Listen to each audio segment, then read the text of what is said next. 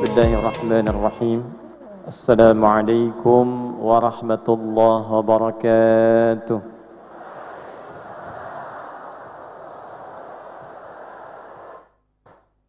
Alhamdulillahi rabbil alamin. Alladhi ja'ala alhamda miftahan lidhikri wa dalilan ala alaihi wa 'azamatihi wa sababan lil mazid min fadlihi. نشهد أن لا إله إلا الله وحده لا شريك له ونشهد أن سيدنا ونبينا محمدا عبده ورسوله الذي لا نبي بعده. أحباب الله وأحباب رسوله صلى الله عليه وسلم، أوصي نفسي وإياكم بتقوى الله فقد فاز المتقون فلا تموتن إلا وأنتم مسلمون. فقال تعالى: يا أيها الذين آمنوا اتقوا الله حق تقاته ولا تموتن إلا وأنتم مسلمون. Yang kita hormati, kita banggakan, izin saya mendahulukan tuan rumah Bapak Gubernur Bapak Haji Herman Deru. Tidak banyak mungkin yang tahu di sini, Deru itu singkatan dari Orde Baru. Karena beliau itu lahir, berhenti Orde Lama, pindah ke Orde Baru. Jadi diberi namalah kemudian Herman yang lahir di awal Orde Baru.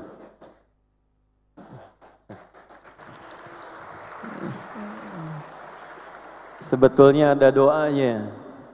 Jadi kepemimpinan beliau itu diharapkan selalu melahirkan kebaruan-kebaruan untuk Sumatera Selatan yang bermanfaat untuk seluruh masyarakatnya. Ya, jadi kalau beliau nggak buat yang baru, yang baik untuk Sumsel, boleh dibilang Bapak Herman Deru. Pak Wagub yang kita hormati, Pak Haji Cik Ujang, semoga diberikan kesehatan, kekuatan dalam membersamai memimpin Sumsel ini menuju provinsi yang diridhoi oleh Allah Subhanahu wa taala. Seluruh pengurus dari Masjid Agung Sultan Mahmud Badaruddin II, tanpa kecuali kita doakan semoga seluruh pengurusnya, ulama-ulamanya, habaibnya, 150 imam yang ada di sini diberkahi dan dimuliakan oleh Allah Subhanahu wa taala. سادة العلماء الأفاضل حضر معنا وتشرفنا بحضورهم. يكون معنا اليوم فضيلة الأستاذ الدكتور أبو بكر محمد أبو سوير، عميد كلية الدعوة الإسلامية طرابلس بليبيا. Kita juga ada tamu spesial. Yang pertama ada rektor Kuliah Dakwah Islamiyah, satu-satunya kampus di dunia yang memang tempatnya hanya disiapkan untuk mencetak dai dan ulama level dunia. Nah, khusus untuk momen kali ini beliau datang langsung dari Tripoli, dari Libya, ditemani salah satu pejabat utama dari Kementerian Pendidikan, yaitu Fadilatul Ustaz Dr. Ahmad. Kita ada juga di Dr. Ahmad ini tokoh pendidikan, orang nomor 2 Pak di Libya yang aksesnya langsung ke Perdana Menteri. Dan terakhir ini sengaja saya akhirkan untuk memberikan kesan yang lebih kuat. Ini ada putra daerah. Sebetulnya acara ini kita siapkan di bulan Februari, tapi Allah berkehendak lain, disesuaikan di bulan April. Kita ikut kehendak Allah. Rupa-rupanya tokoh ini lahir di Sumsel, bulannya bulan April, jadi lahirnya 10 April. Sekarang beliau ulang tahun yang ke-48. Jadi di miladnya ini ingin kembali ke Sumsel, memberikan yang terbaik untuk masyarakat Sumsel, dan salah satunya bagaimana kebaikan itu nanti melahirkan generasi yang membangun bangsa, setidaknya dimulai dari Sumatera Selatan ini. Ini Bapak Haji Setiawan Ikhlas, utusan khusus Presiden di bidang perbankan dan ekonomi. Jamaah sekalian, ini Pak Gub dan seluruhnya, wajah-wajahnya bukan wajah wong kita semua ini. Ini ahli Quran, biasanya kita adakan setahun sekali. bertempat di Istiqlal. Itu kalau kami undang, insya Allah kurang lebih 250.000 orang datang, Pak. Nah, tapi biasanya kami sapa dulu per daerah, per provinsi, sehingga nanti di puncaknya akhir tahun kita berdoa untuk umat Islam, bangsa dan negara. Dan pertama kali kita adakan untuk menyapa daerah, alhamdulillah kita mulai dari Sumatera Selatan ini, bertempat di Masjid Agung yang sangat bersejarah ini. Ini masjidnya berdiri tahun 1738. Jadi sudah lebih daripada 270 tahun. Dengan keikhlasan yang luar biasa. Saya tadi lihat tiangnya itu masih kokoh. Kaligrafi Qur'annya itu ada algoritma, ada kode-kodenya. Setiap dinding itu ada pesan-pesan dari tetua ulama-ulama kita, yang kalau dibaca urutan ayatnya, itu menginginkan semua anak Sumatera Selatan itu sukses di usia 40 tahunnya, jadi orang-orang yang berguna, bisa membangun keluarganya dengan baik, dan kembali menjadi sosok-sosok yang menginspirasi. Itu ayatnya bisa ditemukan di ayat itu, kalau Anda masuk ke masjid, mulai dari sisi kanan sebelah mimbar sampai dengan ke ujungnya. Dimulai nanti kita akan temukan surah Ali Imran di ayat ke-25 sampai kemudian ditutup dengan doa Quran surah ke-46 di ayat ke-15. Itu algoritma yang ada di masjidnya. Dan mudah-mudahan yang hadir saat ini itu insya Allah boleh jadi itulah kadar-kadar yang diinginkan oleh tetua kita yang membangun Sumatera Selatan untuk Indonesia Emas 2045 insya Allah. Nah itu tidak cukup dengan amin itu, kita harus mulai dulu kajian kita. Bapak Ibu sekalian, mengapa harus Al-Quran? Mengapa harus Al-Quran? Seperti kita ketahui, Al-Quran diturunkan oleh Allah Subhanahu wa Ta'ala pada Nabi Muhammad sallallahu alaihi wasallam di tempat yang tidak biasa. Jadi kalau kita urutkan nabi-nabi sebelum Nabi Muhammad sampai ke Nabi Adam alaihissalam, itu kita temukan tempatnya itu sudah bagus, sudah tertib, sudah baik. Nabi Isa diutus di lingkungan Romawi, tempatnya sudah maju, punya peradaban, ada kolosium. Sampai sekarang kalau main ke Italia, ke Libya, Mediterania sampai ke Turki, kita akan temukan peninggalan-peninggalan Romawi yang sekarang situsnya masih ada. Nabi Isa dikirimkan di tempat yang sudah maju, punya peradaban, sistemnya sudah bagus. Ke atas tarik sampai ke Nabi Musa, lompat sedikit. Nabi Musa hidup di eranya Fir'aun, sudah maju, punya piramida, masyarakatnya punya peradaban, sistemnya sudah terukur. Nabi Ibrahim naik ke atas, Namrud sudah maju, bahkan punya piramid, pemerintahan sudah bagus, sistem sudah baik. Naik ke atas sampai Nabi Nuh, sudah ada teknologi, sudah berjalan dengan baik, kemapanan pertanian, sampai Nabi Adam diturunkan pun pengelolaan dunia di masa beliau, walaupun awal pertama turun, itu sudah runtut. Jadi kalau kita urutkan dari mulai nasab Nabi Muhammad ke Nabi Adam, sebelum Nabi Muhammad diutus, keadaan tempat masyarakatnya cenderung relatif sudah mulai baik dan stabil. Muhammad sallallahu alaihi wasallam bin Abdullah bin Abdul Muttalib bin Hashim bin Abdul Manaf bin Qusay bin Murrah bin Kilab bin Ka'ab bin Ghalib bin Fihr bin Malik bin Nadar bin Kinana bin Khuzaimah bin Mudrika bin Ilyas bin Nizar bin Mudar bin Ma'ad bin Adnan bin Addi bin Adri bin Muqawwam bin Nahur bin Tarikh bin Ya'rub bin Yasjub bin Nabit bin Ismail alaihissalam bin Ibrahim alaihissalam bin Azar atau bin Nahur bin Abir bin Kinan bin Arfakhshad bin Sam bin Nuh alaihissalam bin Mikhlail bin Matusyara bin Kinan bin Anwas bin Thith bin Adam alaihissalam. Coba ulangi itu, bagus tuh. Nah ini sampai ke atas ini sudah terukur. Tapi zaman Nabi Muhammad, saat beliau diutus, masyarakatnya itu sudah beda. Saking bedanya, disebut nama masyarakatnya dengan jahiliyah. Jahiliyah. Apa itu jahiliyah? Itu gabungan jahlun dengan jahil. Jahlun perbuatannya, jahil itu orangnya. Jadi kalau orang sudah terbiasa berbuat yang buruk, berbuat kriminal, digabungkan jadi satu orang dan perbuatannya, itu berubah namanya menjadi jahiliyah. Singkatnya, masyarakat yang hidup saat Nabi diutus, itu sudah khatam kriminal. Di Palembang ada yang mabuk dah. Hah? Nah, kalau di zaman jahiliyah, itu mabuknya sudah khatam. Pemabuk prematur, pemula pertama kali mabuk itu minimal 5 kali mabuknya. Bayangkan bagaimana yang profesional itu.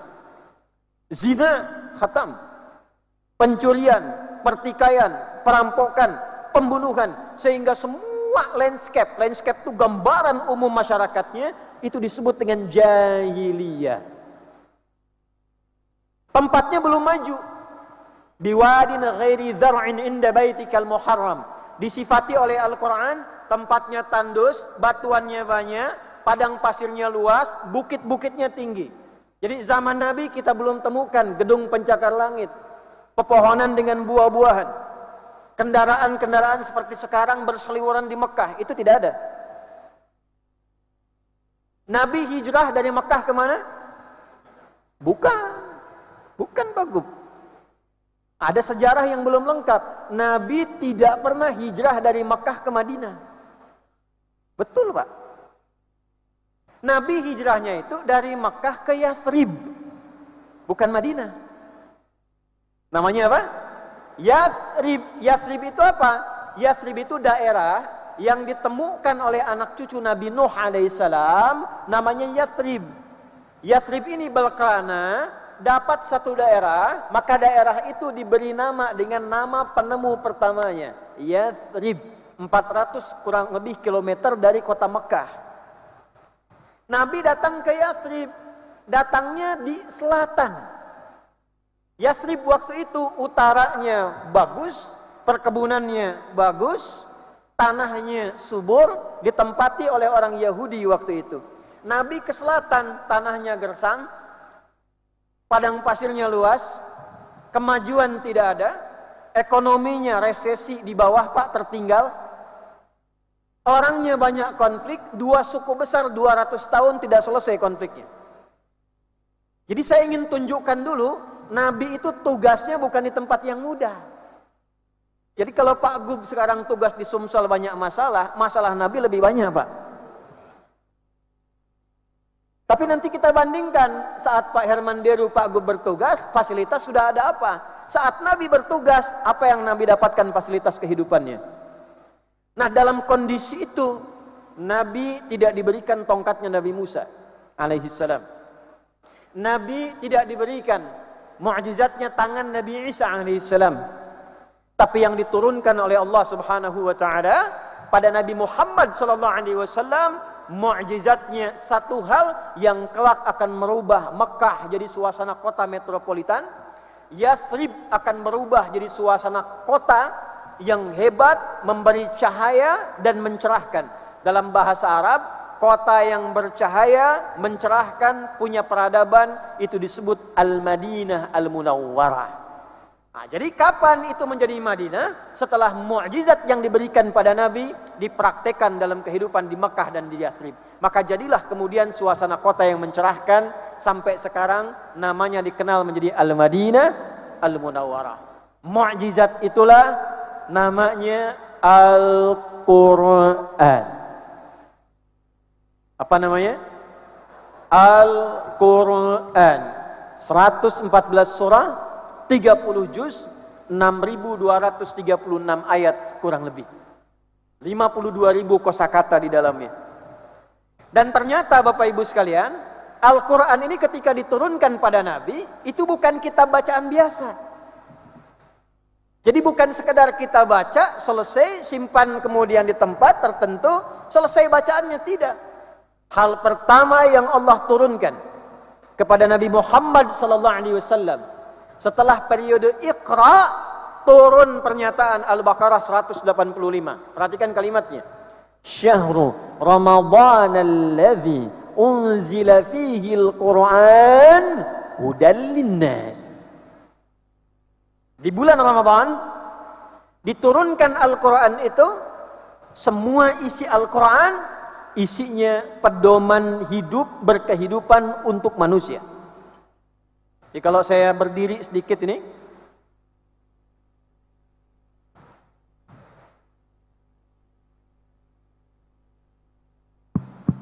ini supaya terlihat ya. Jadi isi Al-Quran dari Al-Fatihah sampai An-Nas itu bukan sekedar surat yang dibaca. Al-ayatil Qur'aniyah al-mabdu'ah min Al-Fatihah ila An-Nas laysa faqat qira'atan, laysa faqat maqru'ah atau maktubah fil masahif, wa innama kulluha manhajul hayat. Hudan linnas, isinya semua pedoman hidup kita.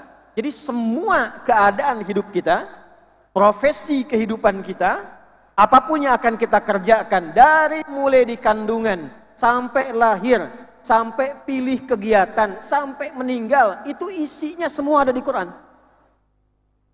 Semuanya.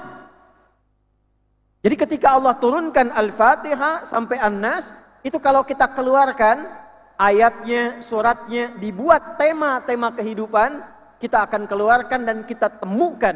Ditemukanlah pedoman kehidupan yang kalau diikuti akan mengantarkan orangnya pada puncak kesuksesan tertinggi, dan tempat yang ditinggali akan berubah menjadi tempat yang makmur, berperadaban, dan membawa pencerahan untuk dunia.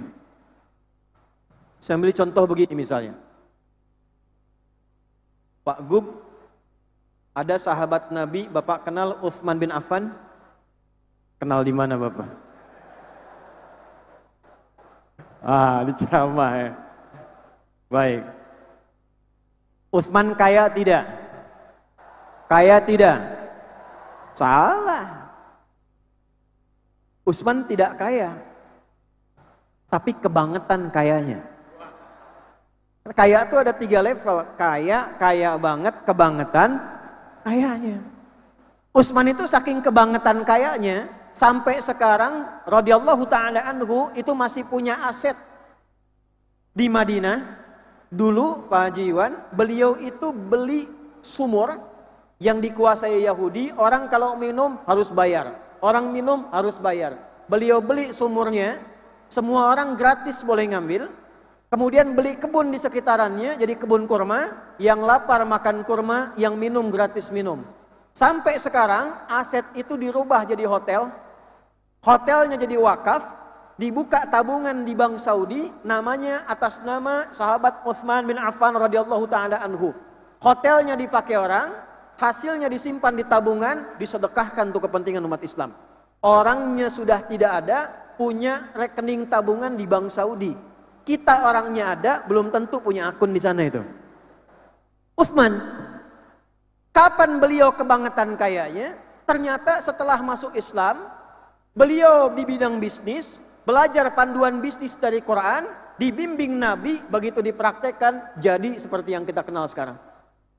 Bapak Ibu boleh cek, Sayyidina Utsman sebelum masuk Islam, dengan setelah masuk Islam, silahkan cek kekayaannya, bisnisnya. Setelah masuk Islam, lihat perubahannya. Abdurrahman bin Auf diajak masuk Islam oleh Utsman. Sebelum masuk Islam, kaya tapi biasa. Masuk Islam, kekayaannya dirampas, diambil oleh orang-orang Quraisy. Kata orang Quraisy pada saat itu, ada Abu Jahal, Abu Lahab, dan Abu yang lainnya. Kamu kalau masuk Islam, silahkan berangkat ikut Muhammad ke Yathrib, tapi harta kami ambil. Boleh pakai pakaian saja, silahkan jalan ke Yathrib, belum tentu selamat jalan 400 kilo.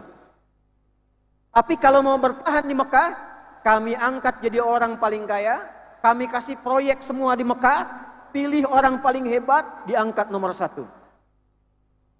Wagub nih, Pak Ujang nih. Bapak nih diberi pilihan.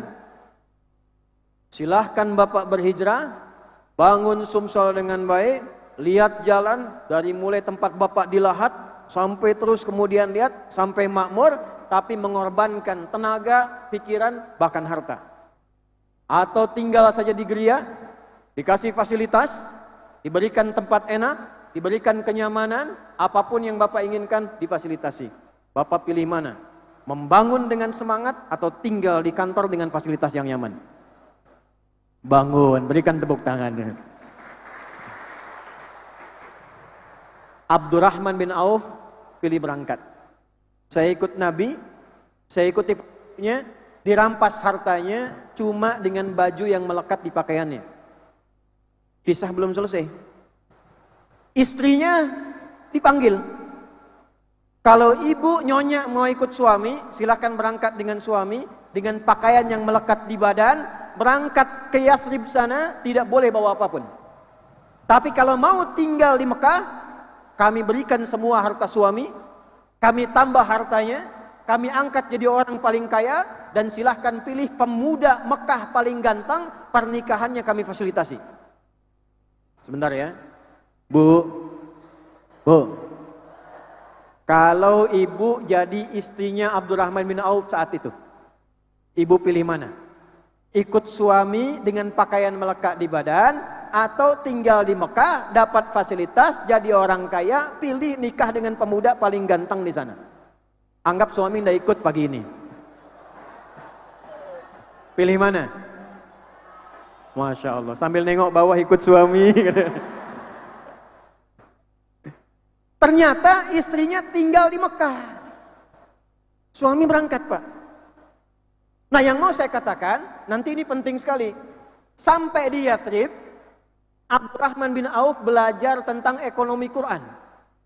Bakatnya di bisnis, pakar bidang manajemen, turun ayat-ayat Quran tentang bisnis, dibimbing oleh Nabi, digabungkan klubnya dengan Utsman bin Affan radhiyallahu taala anhu.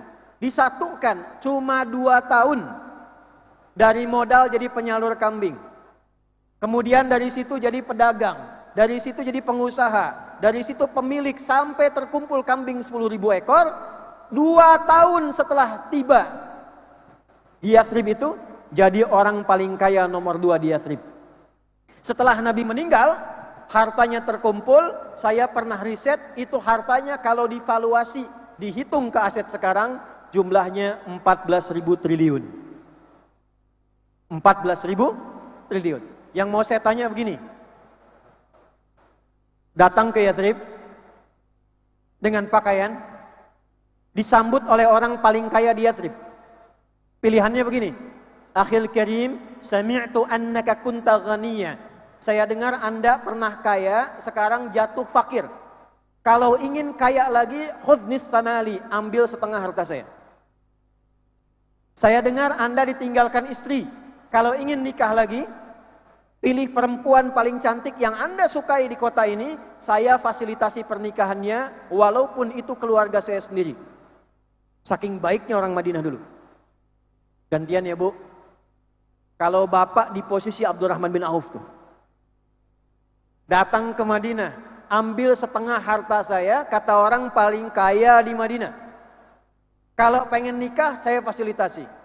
Pertanyaan saya, Anda terima atau tidak ditolak sama sekali? Jadi saya bilang tolak percuma lah, wajahnya udah kelihatan tuh. Lihat kalimatnya. Karena beliau yakin dengan pendidikan Nabi, ada kurikulum di Al-Quran. Perhatikan kalimatnya. Jazakallahu khaira arini ainal aswaq. Semoga Allah berikan Anda pahala atas tawaran itu. Cukup tunjukkan padaku di mana pusat bisnisnya, di mana pasarnya. Maka belajarlah beliau ekonomi Quran dari Nabi. 2 tahun setelah itu jadi orang paling kaya nomor 2 di Madinah. Ali bin Abi Thalib, Abu Hurairah, Salman Al-Farisi. Beda nasib, yang satu pebisnis, yang ini sekarang intelek, ulama. Silahkan Anda cek sebelum masuk Islam dengan setelah masuk Islam. Setelah masuk Islam ada ayat-ayat ilmu, ayat-ayat Quran tentang pengetahuan. Saat belajar tentang itu, Ali bin Abi Thalib bukan hanya pakar di bidang tafsir, Quran, balaghah. Saya cek di kitab Al-Jawahir, ternyata beliau pun pakar di bidang matematika Al-Quran. Sayyidah Aisyah, pakar bidang kedokteran. Sayyidah Fatimah radhiyallahu taala anha, pakar di bidang keperawatan. Semua yang belajar dari Nabi itu semua berhasil jadi sesuatu di masa lalu dan membangun tempatnya. Maka kalau kita keluarkan, saya agak cepat. Ini kita belum mulai ya, kita masih mukadimah ini. Saya kasih pengantar dulu ini Pak Gub kita belum mulai ini. Jadi kalau kita keluarkan ayat-ayat tadi, semua isi kehidupan kita ternyata panduannya ada di situ. Saya baca cepat ya. Misal ini. Sebelum dilahirkan kalau kandungan ingin dirawat dengan baik, bagaimana melahirkan yang saleh ada di Quran surah ke-7 ayat 189. Perkembangan janinnya di Quran surah ke-22 di ayat ke-5. Kemudian detail terusannya ada di Quran surah ke-23, bisa dilihat dari ayat ke-10 sampai dengan ayat ke-13-nya. Kemudian terlahir, ketika terlahir usia 0 sampai 2 tahun ada panduan di Quran surah kedua ayat 233. Usia 2 tahun sampai ke menjelang balik. Kalau ingin pendidikan dini, cepat menghafal, cepat paham, cepat kuat, ada Quran surah ke-31 dari ayat 12 sampai dengan 19. Mulai dia sekolah supaya bisa menambah ilmu lagi dengan matang. Bagaimana caranya supaya ilmunya meningkat, imannya kuat. Quran di surah Al-Mujadalah di ayat yang ke-11. Bagaimana ketika dia belajar bisa pulang lagi ke daerah. Bangun daerahnya, memakmurkan daerahnya. Ada Quran surah ke-9 di ayat 122. Lalu dia berpikir untuk bertemu dengan orang, membangun keluarga. Maka turun konsep Quran surah 49 ayat 13. Sebelum menikah, bagaimana jadi pria suami yang baik? Turun Quran surah ke-4 ayat 34. Dari istri yang solehahnya, apa mahar yang diberikan? Quran surah ke-4 di ayat yang ke-4. Setelah berumah tangga, mulai ingin mencari nafkah. Yang standar Quran surah kedua ayat 168. Yang cepat Quran surah 2 ayat 172. Kalau sebelum berangkat disediakan rezeki, Quran surah 7 di ayat ke-96. Kalau ada orang ganggu, ini ada yang berkarir, yang bekerja, berbisnis, kadang-kadang ada yang ganggu, ada tantangannya, ada yang usil. Maka Quran surah kedua ayat 214, solusinya Quran surah ketiga ayat 142, amalannya Quran surah ke-17 ayat 79 sampai dengan 81. Istrinya di rumah, merawat anak-anaknya, ada yang belum mengandung, doanya apa supaya bisa mengandung dan melahirkan dengan baik? Ada Quran surah ketiga di ayat ke-37 sampai dengan 39. Doa yang disampaikan di luar sholat, ada Quran surah ke-19 di ayat 1 sampai dengan ayat 15-nya. Setelah melahirkan anaknya, bagaimana merawat dengan baik? Turun Quran surah ke-17 ayat 23 sampai dengan ayat 25. Kemudian bersama sampai usia 40 tahun, suaminya sukses, istrinya mendampingi di rumah. Apa doa supaya langgeng rumah tangganya? Quran surah 46 di ayat ke-40. Kemudian setelah itu mulai sepuh, mulai menua, merencanakan kehidupan, persiapan untuk meninggal. Turun Quran surah ketiga ayat 185. Cara meninggal yang tenang, Quran surah ke-89 ayat 27 sampai dengan 30. Kemudian masuk ke alam kubur. Apa amalan supaya pindah ke kubur jadi enak, nyaman, ada cahaya? Turun Quran surah ketiga ayat 169 sampai dengan 171. Nanti setelah itu tunggu barzah sampai hisab. Terjadi kiamat, Quran surah ke-75. Terjadi hisab. Kalau masuk surga amalannya apa disiapkan dari sekarang? Maka turun Quran surah ke-4 An-Nisa ayat ke-69. Surganya surga standar, Quran surah ke-2 ayat 25. Kalau ingin surga Firdaus, Quran surah ke-23 ayat 1 sampai dengan ayat 9-nya. Kalau Anda ingin gandeng orang tua ke surga tidak sendirian, maka ada di Quran surah ke-13 ayat 23 sampai dengan 24. Kalau kemudian amalan gak cukup, jauhi neraka. Neraka standar baru masuk kulit sudah melepuh. Masuknya 1 detik sama dengan 48 hari rasanya. Di mana ditemukan? Quran surah ke-4 ayat berapa? 56. Ada yang paling dahsyat namanya neraka jahanam. Belum masuk di alam kubur sudah tampak, itu badan sudah gosong semua. Ditemukan di mana? Quran surah ke-4 ayat berapa? 140. Nah, yang amalannya tengah-tengah 50, 50, 50% surga, 50% amal salah neraka. Kemana masuknya? Tinggal dulu sampai hisab selesai. Namanya bukit tinggi, kelihatan yang di surga, belum masuk ke neraka. Belum ke surga, tak mau ke neraka. Maka tempat tinggi yang kelihatan semua disebut A'raf. Turun surah Al-A'raf. Ayat keberapa? 47 sampai 49. Kalau ingin jadi apapun ada di dalamnya. Ingin jadi ulama, turun Quran surah 35. Ayat berapa? Dari 28 sampai ahli Qurannya. Sampai berapa? Ayat ke-35 sampai ke surganya. Yang ingin jadi pejabat ada contohnya. Pejabat tertinggi yang besar ada Nabi Sulaiman, ada menteri di bidang pangan, ada Nabi Yusuf alaihissalam, ada sampai ke level-level bawah sampai prakteknya. Di Quran ada semua, apa yang tidak ada? Dan hebatnya ayatnya turun, orangnya ada, hasil didikannya ada, tempatnya ada, ceritanya bukan sekedar cerita, biografinya ada dan jadi kurikulum. Bapak Ibu boleh cek. Madinah 10 tahun. Makkah 10 tahun. Mekah melahirkan 40 orang, setiap satu orang jalan di muka bumi, tinggal di satu tempat, tidak pernah dia menetap kecuali membangun tempat yang dia tinggali. Perhatikan seorang sahabat, Sa'ad bin Abi Waqqas, ekspedisi dari Madinah ke Cina, abad ke-7 Pak, singgah di Maros, kurang lebih 400 kilometer, Baros yang bukan Maros ya, Baros yang di Sumatera Utara, 400 kilometer kurang lebih dari Medan, singgah di situ, cuma singgah membentuk komunitas jadi Nusantara. Nusantara itulah yang kelak akan menyatukan menjadi Indonesia. Nusantara itu kalimat dari Gajah Mada, 4 kata Nuswantara asalnya. Nus, Swa, Anta, dan Tara. Nus negeri kepulauan, Sa yang diisi oleh para ksatria, Ta yang tergabung semuanya baik menyatu, Tara yang punya jiwa suci. Ini negeri kepulauan yang ditinggali oleh orang-orang hebat yang mau membangun dan punya jiwa suci dan baik. Itulah disingkat jadi Nusantara. Isi baiknya namanya takwa. Takwa itu ada di mana? Ditemukannya di Quran. Jadi yang mengeksplor takwa itu ditemukannya di Quran surah 91. Ayat berapa? 7 sampai 10. Wa nafsi wa ma sawwaha fa'alhamaha fujuraha wa taqwaha. Dikeluarkan, disatukan jadi NKRI. Makanya kalau Bapak Ibu lihat di semua nomenklatur putusan, di semua institusi, itu Anda akan temukan kalimat takwa di dalamnya. Mana yang TNI, coba angkat tangannya. Ada TNI itu. Ada Sabta Marga kan?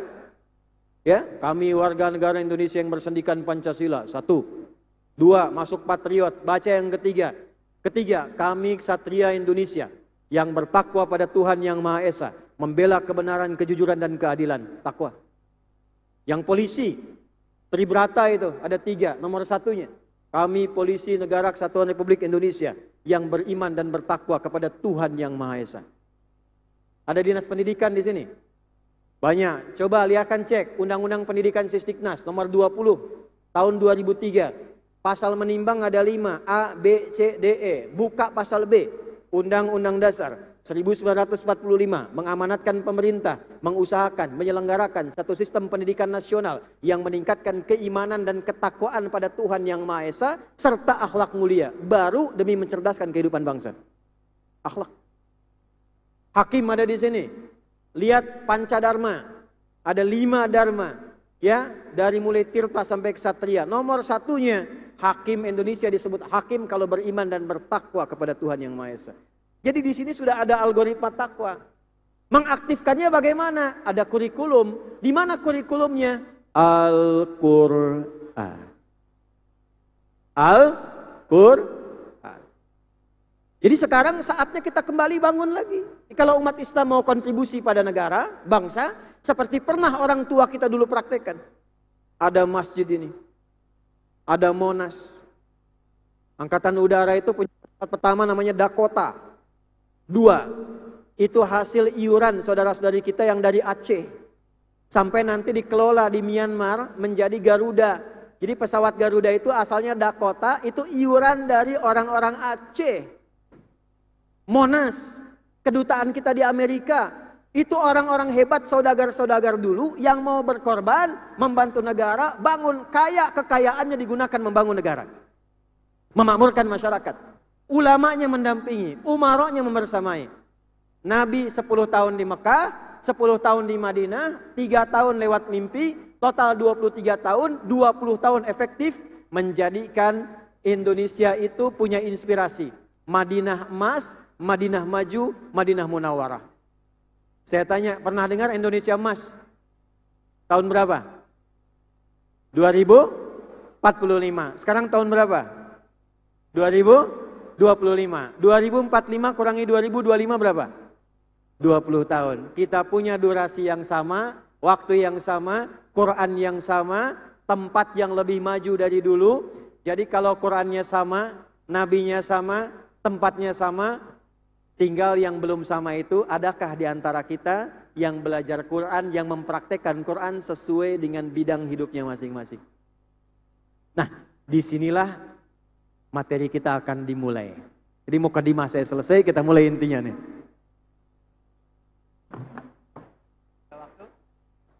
Masih ada waktu kita? Oke, sampai jam berapa kita? Nah, silakan ya, Anda sampai asar, saya sampai zuhur sini. Baik. Bapak Ibu sekalian, kalau kita mau mulai jadi ahli Quran, caranya bagaimana? Tapi bukan sekedar ahli Quran biasa, seperti orang dulu pernah sukses jadi ahli Quran. Ahli Quran itu ada 3 bagian. Ada berapa? 3. 1, nanti bisa dipraktekkan di Masjid Agung, Pak. Ada ahli baca. Nah, ini golongan pertama yang diniatkan, ditujukan untuk mengenal Al-Quran minimal supaya bisa baca. Dalam bahasa Arab disebut kiro'ah. Kiro'ah, bisa baca tapi belum menuntut paham. Yang penting bisa baca dulu. Pernah dengar ada ikro, pernah dengar? Kiro'ati kan? Kenapa tulisannya ikro, kiro'ati? Karena yang diajarkan yang penting bisa baca. Nggak paham pun nggak apa-apa.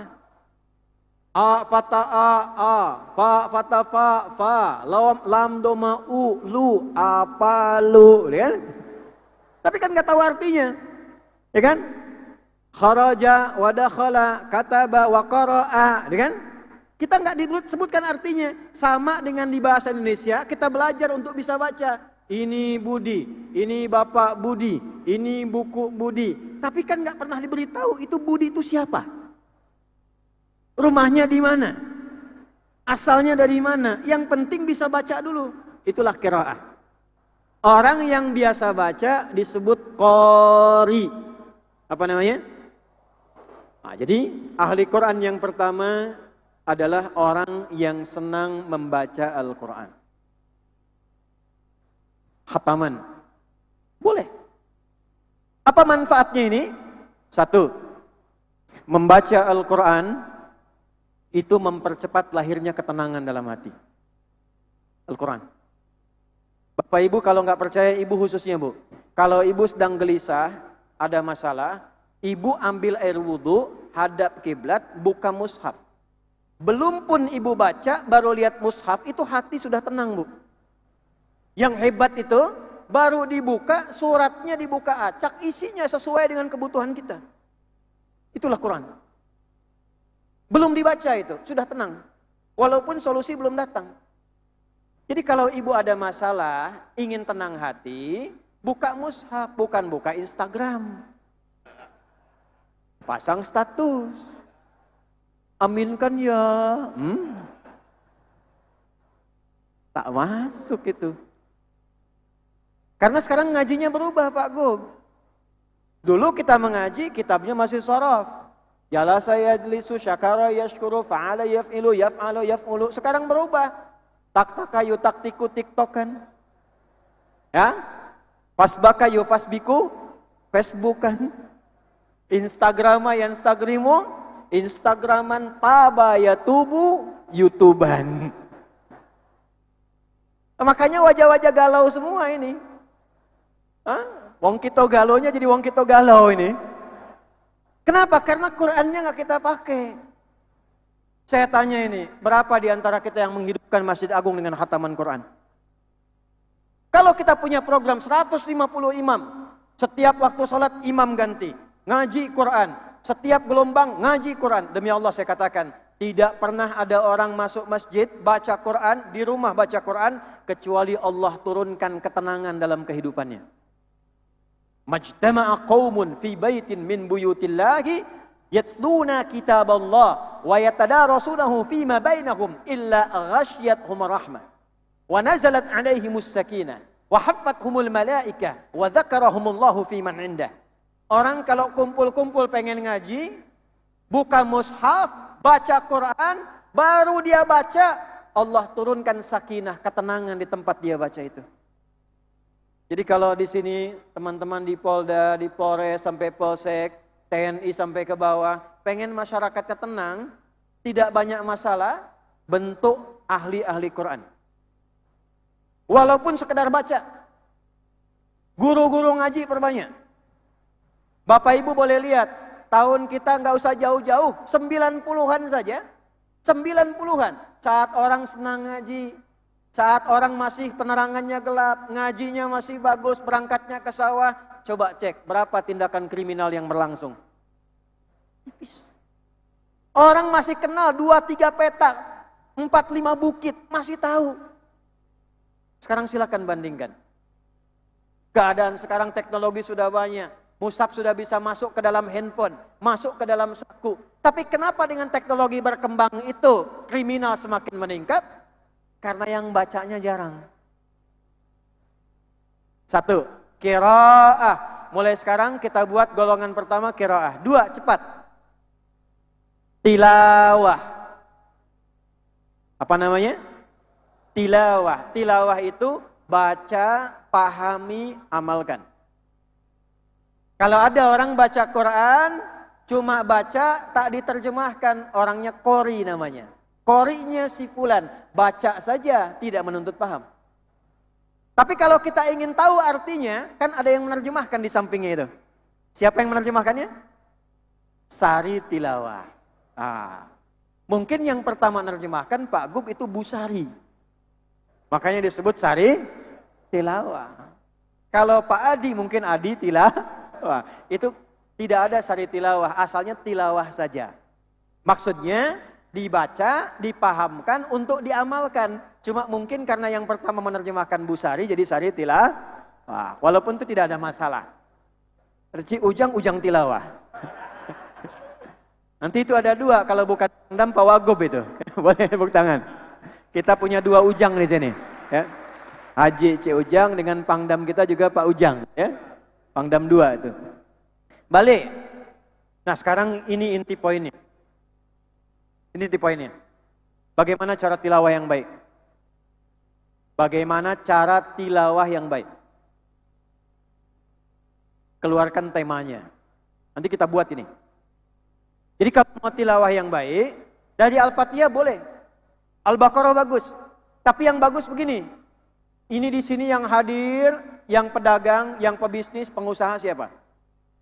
Keluarkan ayat-ayat bisnis, ayat-ayat usaha, keluarkan ayatnya. Jadi kurikulum para pengusaha di Sumsel, pedagang, pebisnis, petani, kumpul semua, ngaji ayat itu.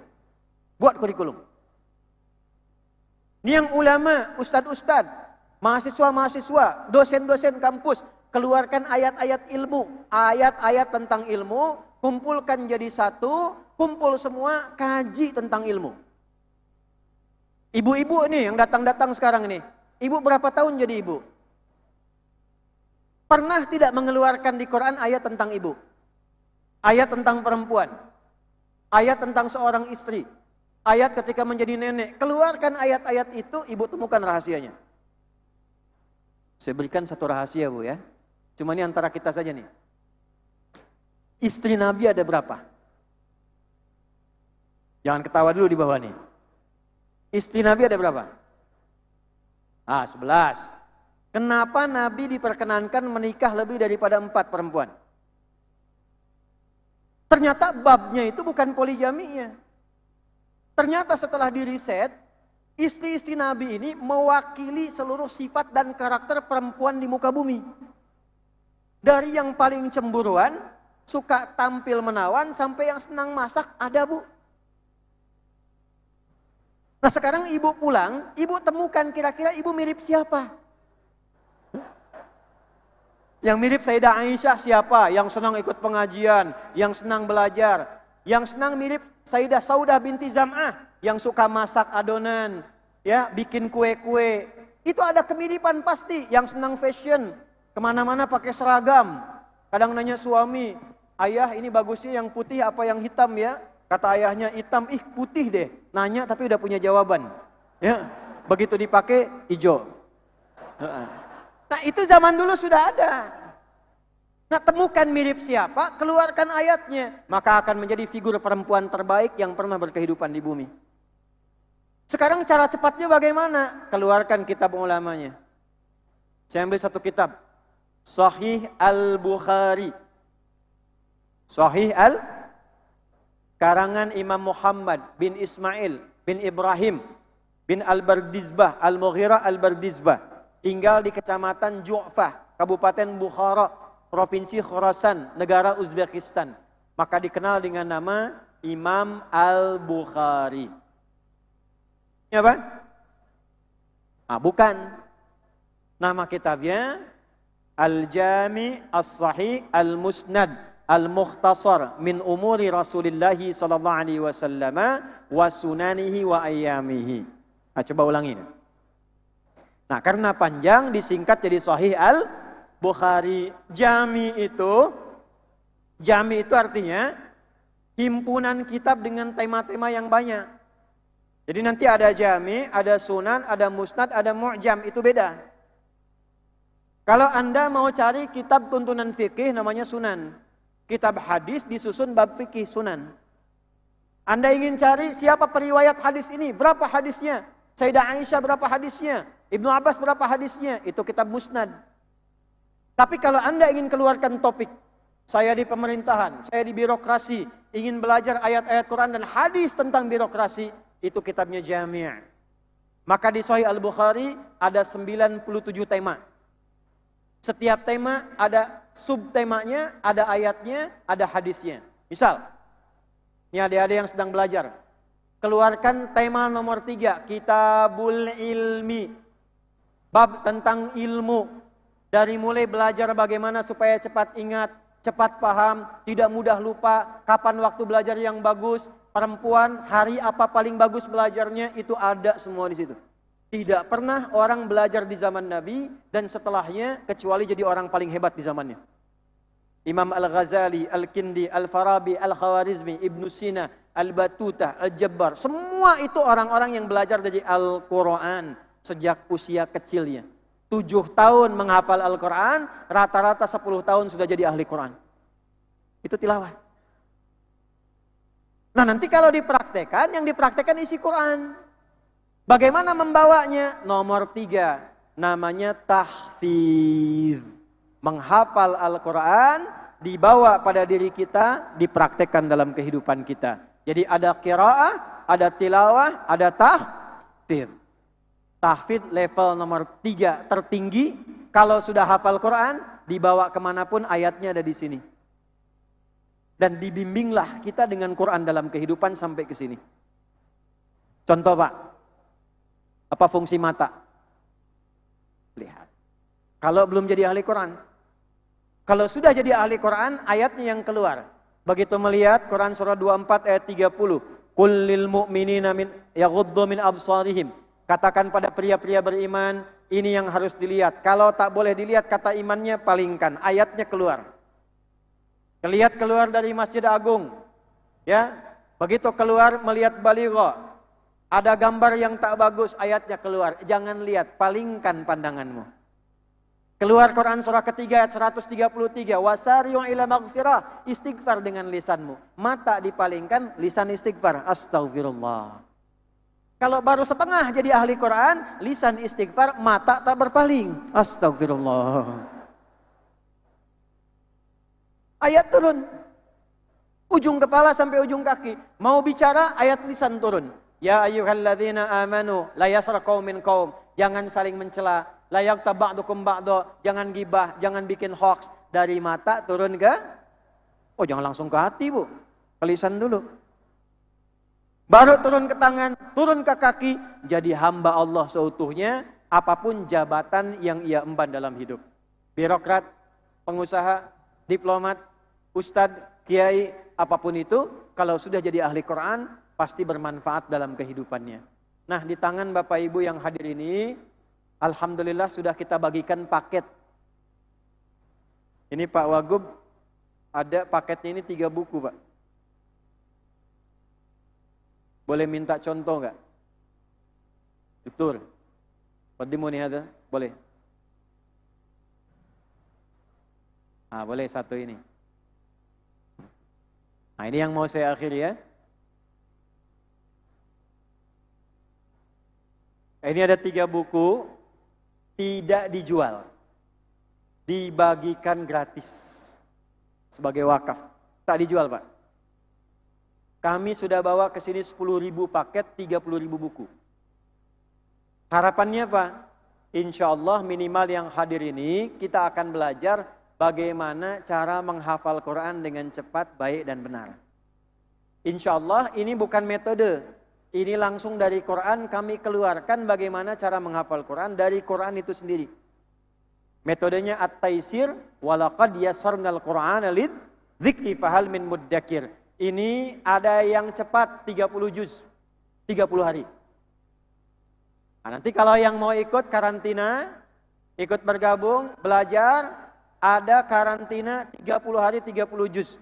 Pak, kalau di Sulawesi, di Goa, itu dikirim ke kami di Bekasi, ada yang hafal Quran 24 hari, 25 hari. Dari nol, rekor tertinggi sampai sekarang 14 hari hafal Quran 30 juz. Nanti kapan-kapan kami bawa, kalau sudah kumpul semua, kita bawa yang kecil-kecil, ya, yang 27 hari, 28 hari. Rekor usia tertinggi ada usia 82 tahun. Ada ibu yang 72 tahun. Ini lintas usia. Jadi faktor U itu bukan usia, usaha. Ya, di sini nanti ada yang santai. Anda punya waktu berapa jam dalam sehari, berapa menit dalam sehari. Ini bisa dihitungkan. Ini metodenya, ini mengulangnya, cara mengulangnya sampai hafal Quran dengan peta dan nomornya. Jadi kalau kita begini ya, dulu sahabat Nabi kalau ditanya berapa waktu imsak sampai dengan azan, dijawabnya 50 ayat katanya.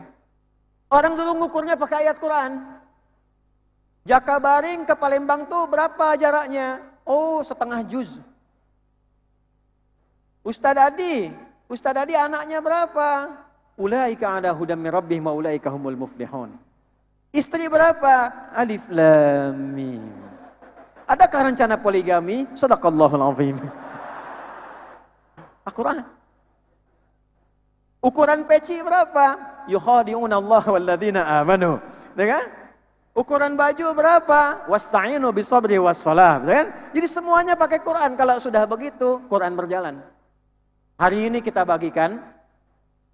Insya Allah ini yang dari kabupaten-kabupaten, desa-desa, kumpul-kumpul. Nanti kita akan buat pusat pelatihan sampai ke daerah-daerah. Supaya semua bisa menjadi ahli Quran yang baik. Nah, berita baiknya, insya Allah besok kita akan launching gerakan se-Indonesia. Pak Wagub pusatnya di Sumsel, Sumatera Selatan.